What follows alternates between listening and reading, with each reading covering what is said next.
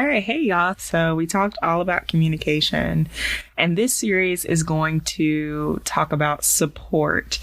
So you're going to be getting a lot of stuff on how to support your partner, how to be a supportive person to your partner, ways to feel like we support each other, all kind of stuff. Getting like all that good stuff. Yeah. So this first episode is going to dive right into anxiety.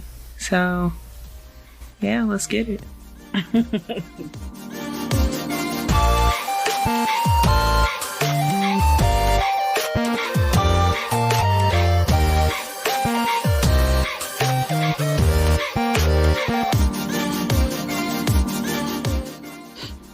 You want me to sing me an old song that we have? It's ours. I don't know that. Go ahead. I want y'all to sing along with me. Y'all gonna sing along? So it's to the tune of John Mayer's Gravity. So we'd be like, anxiety. Ba-doo-doo. That's the guitar solo. Because you can't be describing everything. They know what it is. Why? Go ahead. Anxiety is working against me. Anxiety No. wants to break me down. Oh my Lord. Oh, that's my shit. I'm gonna play that. This episode is going to be a relatively short one, so you're welcome. We are going to talk about anxiety and just kind of give a general definition, some signs and symptoms, and how it shows itself. And then we'll just kind of talk about more specifically how anxiety is in our relationship, how it affects our relationship. We're your hosts. I'm Kris. And I'm Bree. Okay, and I wanted to talk about anxiety in relationships because I am an anxious ass bitch. You've heard of I'm a boss ass bitch. Don't do this. I bring to you I'm an anxious ass bitch. Bitch. I'm an anxious ass bitch. Okay. So we want to have an episode about this because I know I'm not the only anxious ass bitch out there in a relationship with someone who is not anxious. I mean, I have anxiety, but I have like regular levels. Yeah, and I'm over here genuine. Make a whole song about it. All right. So let's go ahead and define anxiety, right? So, it's anxiousness, nervousness, worriedness about the future or things that you can't control. One time I read a tweet or something. I can't remember what platform I was on. One of them platforms. And it said, anxiety is conspiracy theories about yourself. And that was so profound to me because it is. I mean, like when you think about it, like, oh my gosh, what's going to happen to me later? What if I don't do this and then this thing happens? I'm talking to you folks with OCD. So what are some symptoms of anxiety? So I want to throw out the ones that people don't talk about all that often, right? So we never talk about irritability and how that is a symptom of anxiety. Like if you're irritable all the time and you don't really know what's causing it, could it be that you are anxious? Right? Right? This is also, irritability is also a symptom of depression. That's another thing too. So, I mean, like, don't take my word for it. Go Google it. Nervousness, obviously, is a symptom of anxiety. Restlessness, okay, duh. Rapid breathing, okay, duh.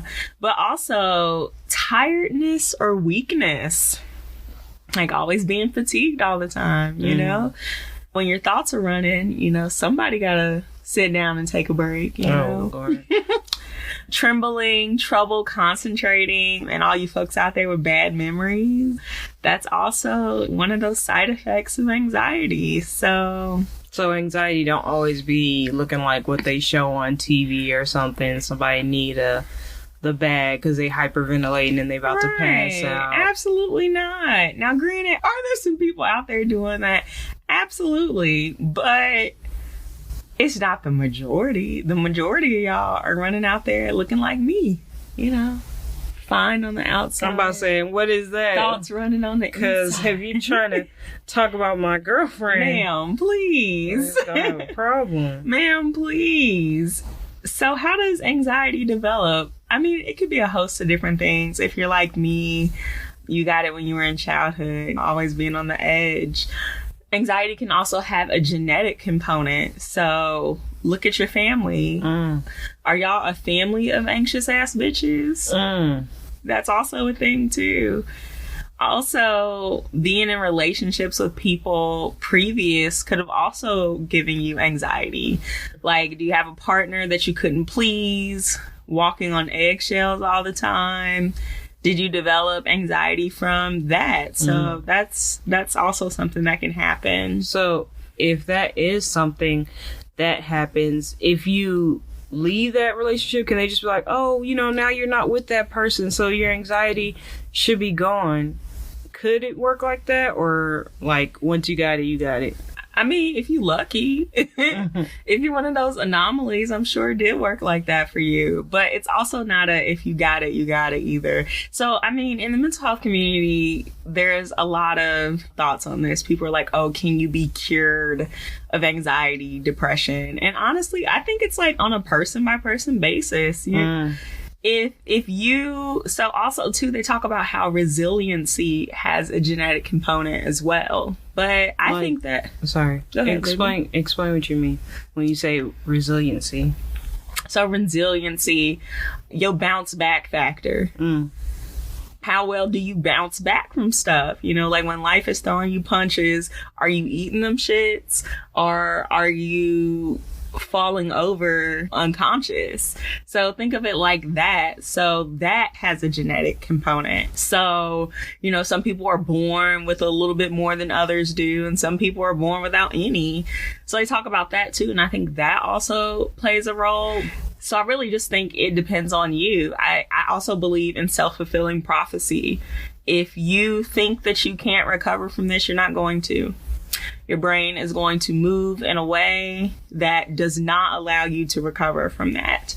And then also, too, I read once that your brain doesn't know the difference between thoughts and reality, meaning you can essentially trick your brain into thinking something's real. So that's why things like vision boards are so powerful, because if you're looking at them every day, your brain is going to start to move in a way that manifests that.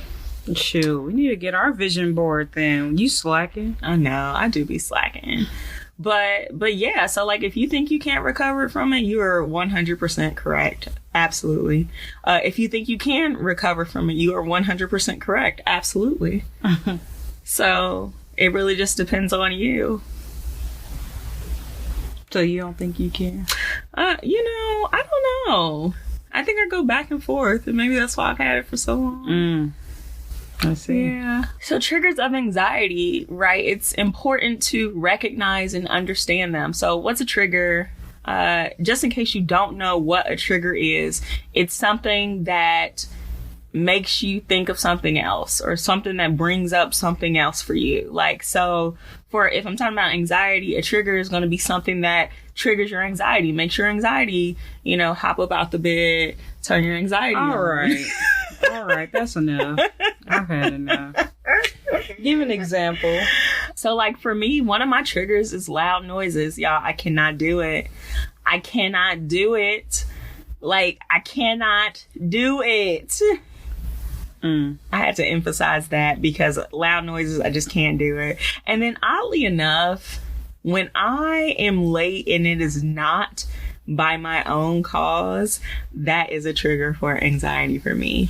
But just so y'all know, Kris is late basically all the time, so she avoids that trigger very often. All the time. I don't remember the last time I was on time for work.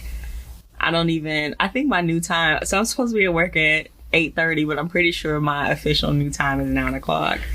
I woke her up one time and she wasn't paying attention to the time, whatever, got up, got dressed, got in the car to go to work, and was like, oh my God, I'm gonna be on time. So she sat in the car, ma'am, please, so that she wouldn't be on time because she refused to be on time.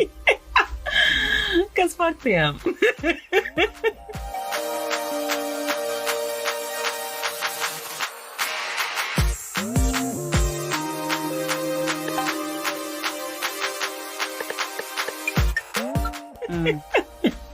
It's really good to recognize what your triggers are and recognizing them, because it's hard to control your anxiety if you don't know what is triggering your anxiety.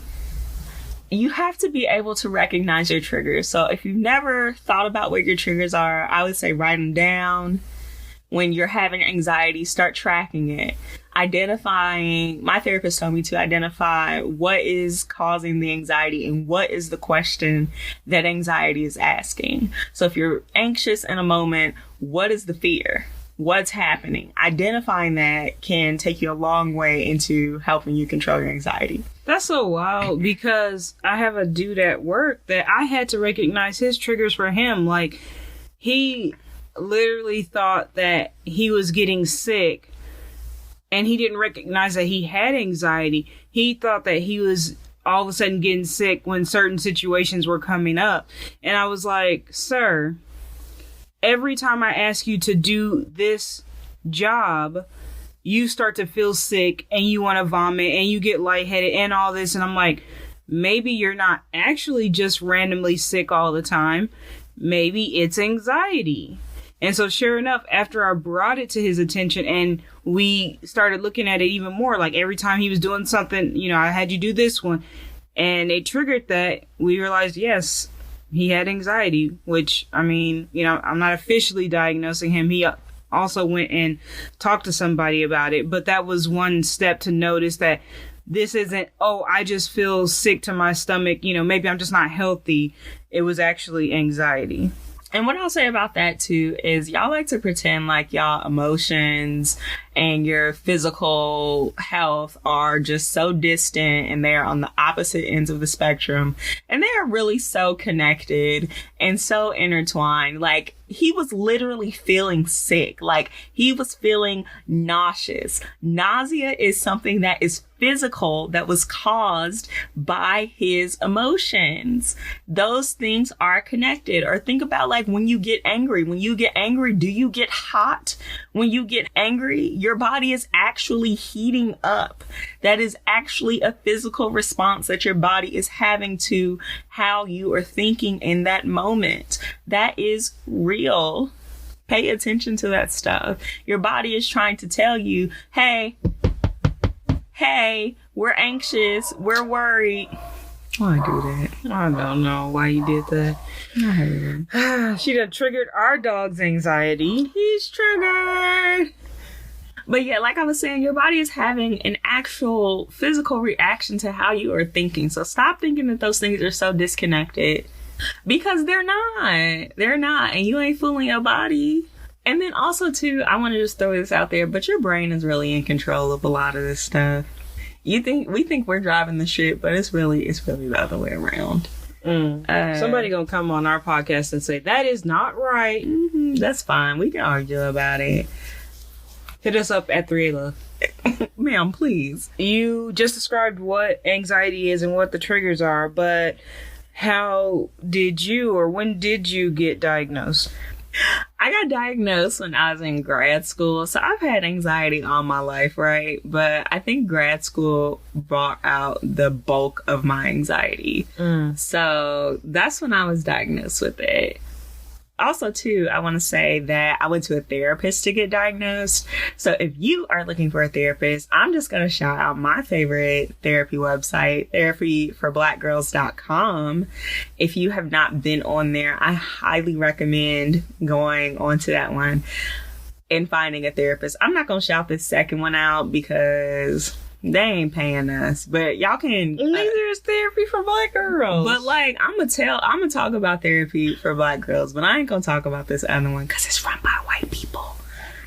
But if you do want to know what it is, you can tweet us at 3alove_ and I will tell you, or you can slide into the one of many of our inboxes and I will help you find a therapist personally. And then also to look at couples therapy and or individual therapy. Both of those are great options for working through whatever your issues that you're having. Or you can go to our previous episode because she actually shouted both of them out in that episode. Did I really? Yeah, you did. Wow. Yep, you totally I'm fake. did. Yeah. I'm so fake, y'all. You got diagnosed and you know what's going on. Mm-hmm. So you just told everybody and then everything was great. Y'all really be thinking I be working like that's how it goes, right? The neurotypicals always be thinking, oh yeah, if I just tell you don't be anxious, you're not gonna be. Thank you. I've never thought of that. Yeah, so they were like, you're anxious. And you're like, oh. And then you're like, okay, I'm not going to be anxious anymore. And that was it. And that was it. So honestly, we can just turn the mic off now. But yeah, so I mean, obviously that wasn't it. You know, I still have anxiety and I be anxious to talk to Bree about my anxiety. That's like anxiety inception or something. My anxiety got anxiety. But I think I was anxious about it too because I never talked to a partner about it for real. Like, had I mentioned it a couple of times? Yeah. But I didn't talk about it like for real, right? And I mean, like, so I can't say that you're the first person that I've talked to that has anxiety because I know from their previous actions, they had some anxiety about things. But you're the first person that's like, look, I have anxiety and this is going to color our interactions. So I need you to be aware of that. And I'm going to remind you that certain things are going to trigger my anxiety and, you know, but this is how I react to a situation because of my anxiety. So what does my anxiety look like in this relationship? So some days I just have off days. That's just what I call them. Cause like sometimes I might be able to recognize where my anxiety came from, but sometimes I'm not, you know, and I just don't be feeling like myself, or sometimes I'll be feeling like something bad might happen. So that's something else too. And also too, like sometimes I spend a lot of time thinking about how my anxiety might ruin our relationship. So sometimes I'm anxious about how you respond to me being anxious, or anxious about if you will understand why I'm feeling anxious, or anxious about if I can articulate that or not. Y'all, like, again, my anxiety got anxiety. My anxiety got grand anxieties. So like, is it a little baby anxiety? Little baby anxiety? Yeah. It's a strong family, strong genes. It's a family of anxious worries. That's wild. Call them AWs. All right.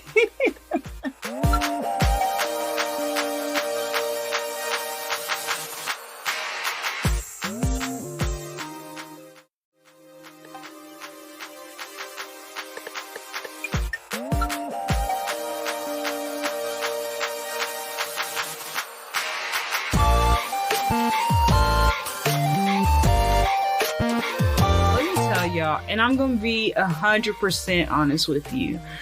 A lot of times, you know, I can be very understanding and I'm on top of it. You know, I'm comforting to Kris and very supportive and want her to know that I'm there and, you know, just try to comfort her and get her through it. But other times I'm not. And I'm not intentionally. It's just sometimes it's also hard if you're feeling a way about a situation or something, to also take into account it is her anxiety. Like, this is something that you need to still be aware of to counteract that, because that is not more important, but it's okay to not be supportive all the time. And I know this may sound weird, but we are human, and we are not in this relationship solely to cater to our partner. We have to think about ourselves also. So it's understandable if you're not able to be supportive 100% of the time. But I would just try to work on that as best that you can. And also realize, like I said, don't put your partner and all their needs ahead of you, so that yes, you're doing everything you can to cater to them, but you're not catering to yourself also. Like, me being annoyed is not doing anything. Like, me being annoyed is whatever, it'll go away, but your anxiety is not going to go away by me just ignoring it or not wanting to deal with it. Is still going to be there. How do I support my girlfriend? So I like to think of it as, like, when you know better, you do better. So right now, like, I do as best as I can with whatever I can do, just being there for her and, you know, trying to comfort her whenever she needs it. And as I grow and learn her more, that will definitely change. I can better support her and be there for her in ways that she specifically needs me versus just in general. So I can't really give you tips on how to care for your partner's anxiety, because I don't know your partner and I don't know what their anxiety is or might be. But I can just tell you that you try your best, and then once you learn what works for your partner, you need to continue with that. So and then other times too, because I don't know how to react when she has the days when she's just like, something just feels off. Like, I don't know. It just feels off. And I'm the type to want to fix everything or to help, but I can't help if you don't know, if it's not, it might not even be something, if it's just your anxiety that's just up, like, you know, so it's real, it can be real challenging, but it's not a challenge. Like, I guess I should say that, because I don't feel like, oh man, I'm doing so much extra for, you know, all this anxiety, because I mean, in your relationship period, you have to do other things for your partner. So I just feel like that's what it is. Or I feel like this is part of being in a relationship. Mm-hmm. So give us an example of a time that you felt like you were annoyed with my anxiety. Okay, so what I will say, so I'll say this, and then I'll say, this is why I can be more understanding in this situation.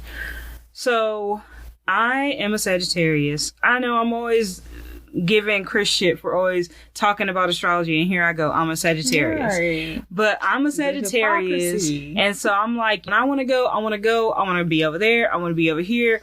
And so when we first got together, and Kris was always like, where are you? What are you doing? You're supposed to be home. What happened? And initially I was like, oh, so she trying to keep tabs on me. Like, she think I'm gonna be out here. And that's also my experience with my exes, coloring that. So I'm like, oh, she think I'm cheating, or she don't trust me, whatever. And then finally she was like, look, I have anxiety. Basically, if you don't tell me if you're going to be running late or something, I'm just going to assume that you're dead or that you are currently dying and I can't help you. And I was like, oh, so it's not that you think that I'm cheating. You're actually just concerned about me, period. And so then it became easier for me to be like, hey, I'm on my way home. Or, hey, I got into an accident. Or not, I got into an accident. Hey, there is an accident. Okay, but you did get into an accident one time. Are we going to talk about the accident that you got into? No. The first 5 seconds of our relationship. No. And I almost passed away. No, we're not going to talk about my worst fears were recognized. It was not that bad, y'all. Don't listen to that. But, you know, luckily it wasn't that bad. But she called me and told me she had an accident, and I did almost pass away. So I'm glad that I'm here to tell y'all the tale, but it wasn't that bad, thankfully. But yeah, so that would have annoyed me. And in other situations, like maybe with my exes, it was the same, but they didn't color it that way. You know, you tried to put it on me like, oh, I don't trust you. Oh, I think you're going to be out here with these people or whatever. When in actuality, they may have been anxious and worried about me. But for her to just say that, this is why, it makes it easier for me to just be like, okay, cool. And it's not you trying to check me. That's deep. Because honestly, you know, if you're going to cheat, you're going to cheat. All right. So, it ain't none of my business. I mean, it will be afterward, I guess. But in the moment, none of my business. Okay. So, also, too, with Kris's anxiety, I have to, because I am a worrier also. You know, I worry about a lot of things all the time. I have to not let her anxiety hype my anxiety up and make me anxious about something. That's just something that I have to keep track of. Like, I realize that if Kris is about to go into panic mode, I'm not going to come to her to potentially calm me down. I'm gonna be like, okay, she about to be in panic mode. I gotta actually look at this situation and see if I need to panic or if this is just Kris's anxiety panicking. Oh, I had to take you to go meet your friend. And we were all the way across town. So we needed to be in Carrollton. We needed to be in Carrollton by 7. Yeah, and we were in Grand Prairie. So if you know anything about Dallas, that is not close. There's a lot of factors that can come into play. It's generally about a 40 minute drive. So Kris was looking at the time and she's like, we're not going to make it. We're not going to make it. I'm going to be late. I got to call her. We're not going to get there. Oh my gosh, I shouldn't have done this. She asked me to be here at this time. And now I let her down and like, we're not going to make it and all this stuff. Part of me was like, shit, are we not going to make it?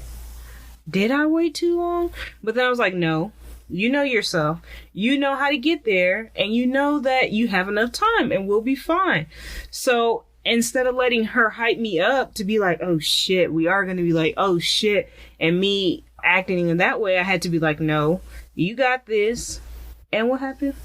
We got there on time. And Kris was shooketh. I was, but she leaving out parts of the story, okay? It was 6:30. We were still in Grand Prairie. All right.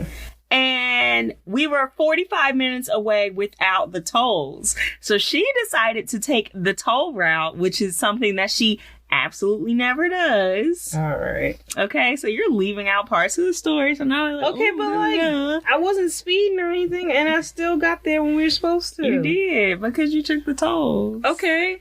Thank you for taking the Even on the tolls, he was like, we're still not going to make it. I was. Okay, so don't act like once we got on the toll, you was believing in me. Don't do me like this. Oh. But we did get there on time. But also what I'll say is her doing that, I think, is like when I really was like, okay, this is somebody I can trust. Because if I had been with my ex, for example, and we were across town, I promise you I would have been 15 minutes late. I promise you, like, she had no sense of urgency when it came to any of my needs or anything that I needed or needed to be at. So I think obviously being with her triggered that. And, you know, so then I was in this situation with Bree and I was thinking, okay, it's going to be the exact same thing. But, you know, we got there on time. So that was good. And I was able to trust her with that.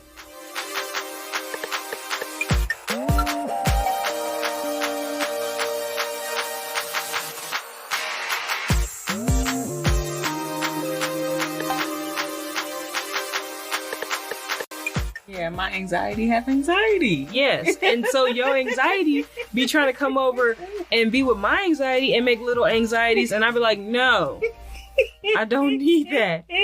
I don't need that. So you put on an anxiety condom? Yes. Yes. Put on an anxiety condom when you are dating somebody who is diagnosed with anxiety, or else you will have little anxieties running around all over the house. That's deep. Mm-hmm. You have to be open with your partner. I remember when we first started dating and I went back and forth on, am I going to tell her about my anxiety? Am I not going to tell her about my anxiety? Like, what am I going to do? What am I going to say? And I realized I had to give her a chance to understand it before I wrote her off as someone who couldn't. So I'm going to say that again. I had to give her a chance to understand my anxiety before I wrote her off as someone who could not understand my anxiety. So baby doesn't always look at things the same way that I do. And so sometimes I have to explain why something might have triggered my anxiety.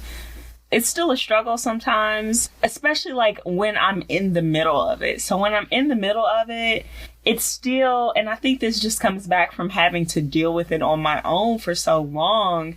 It can still be tough for me to talk to Bree about it. Now, do I always end up doing it? Yes. But in those moments, it can be hard. If you had the option, would you be with somebody who has anxiety? Because, you know, sometimes I just don't get it, or I can't understand where you're coming from. So do you think it would be better if you dated somebody with anxiety, because they would already understand certain stuff and you wouldn't have to explain certain feelings to them? So I'll let you finish, you know, because I was being respectful and I wanted you to get your thought out. Mm-hmm. But hell no! What do I look like dating somebody else with super anxiety with me? What kind of relationship would that be? Would it be anxious all the time? When will we get some shit done? What? Girl, what?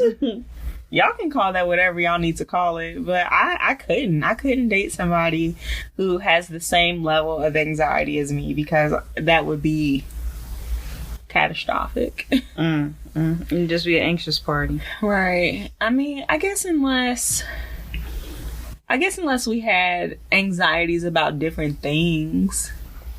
You know, we can't both have anxiety about, I don't know, we can't both have anxiety about lateness, for example. One of us got to be okay so we can get places on time. We can't both have anxiety about the same stuff. I mean, I guess some stuff will overlap, but one of us will have to be the calm one, and it ain't me, no, no. No, no. Yo, that was like 6 songs in this damn recording. It ain't me. I mean, like, for the most part, does Bree get my anxiety? Yes. Are there days when she doesn't? Yes. But overall, she's still really supportive. You know, even when she doesn't always understand it. You think so? Yeah, you think I'm supportive? Okay, all right. Can't give her too many compliments. Well, it is almost the last day of Sag season, so maybe I can make some exceptions. Whatever. She give me compliments all the time. I do. I'm a baby. Oh. Yeah. But, yeah, so Bree is still really supportive of my anxiety and all the stuff I be going through. Also, too, she's taught me that I don't have to deal with my anxiety by myself. I can trust her with my emotions. I can trust her to be honest with me, too. So that's nice. And to help me through that. So I think that's what I needed. After all. Do you have any tips for people who are in relationships with people who have anxiety? Or maybe the person does not recognize their anxiety, but some tips for people who are dealing with them.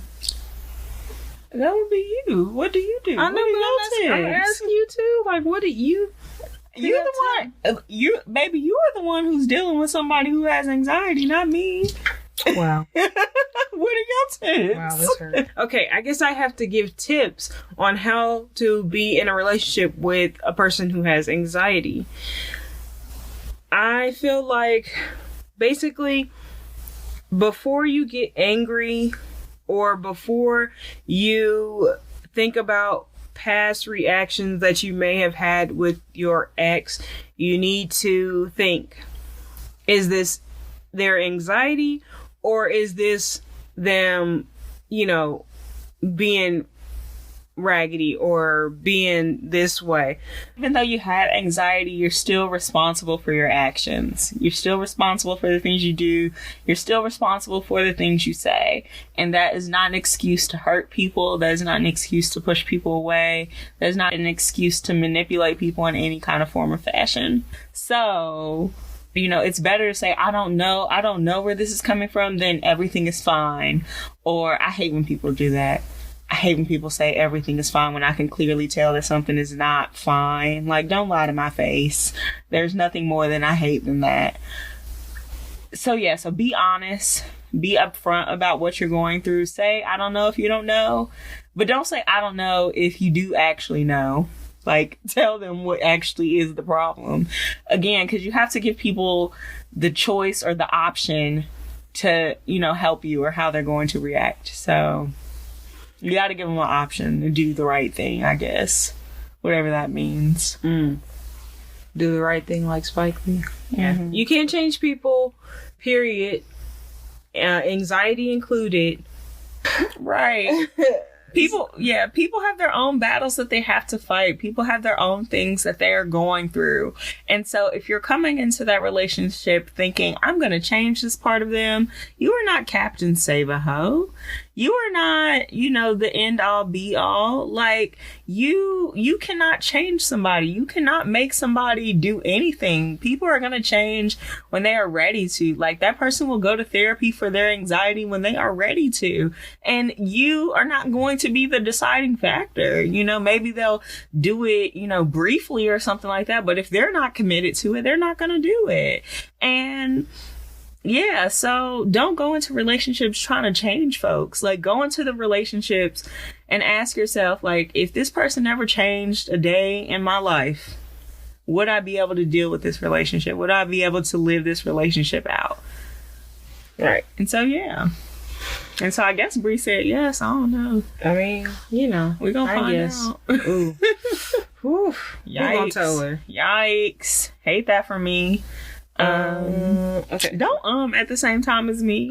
You when I So if you had a takeaway, if you didn't get nothing else, what'd you get from this? What would you say about anxiety, specifically anxiety in relationships?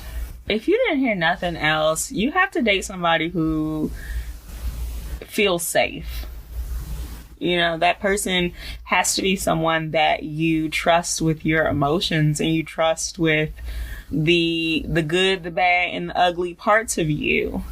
And if you're not dating someone who you don't trust with the good, the bad, the ugly parts of you, then it's not going to work. It's going to be a fake relationship. I guess a fake relationship could work if you want to be fake for the rest of your life. That's fine. Do that. If you like it, I love it. But I can't do that. I can't do that. I feel like full, open, honest communication is even more important with anxiety in the relationship because I need to know exactly what the issue is coming from, if you happen to know. And even if you don't know, telling me I don't know is better than what some people may try to do and turn the blame on me. You don't know what's going on, but you just feel like all of it's my fault, or it has to be something that I did, and so now you're, irritated because of something that your anxiety did, but it's all coming back on me. Because after a while, that is hard on a person. Yeah, and that's going to push somebody away from you. But also, like, you need to know your person or get to know them, because habits she has and things that she does. First of all, you don't know me. Okay. First of all. All right. I know her. And I also know when sometimes I know. Not all the time. So communication is still important. But also watching your partner and knowing, okay, this is something that's starting. This is something that's going here.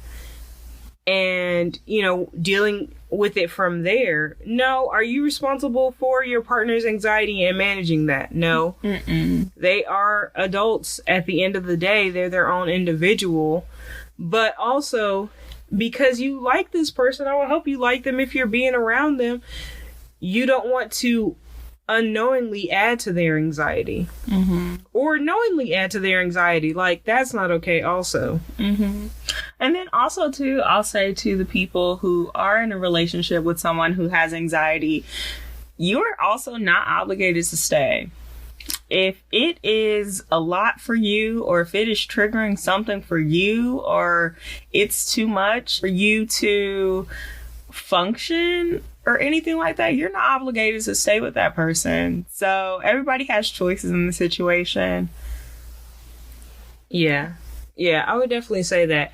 But also, too, don't think that being with somebody and helping them with their anxiety is going to make it go away, number one, or make it any better. If that person never ever changed a day in their life, is this somebody you can be with for the rest of your life?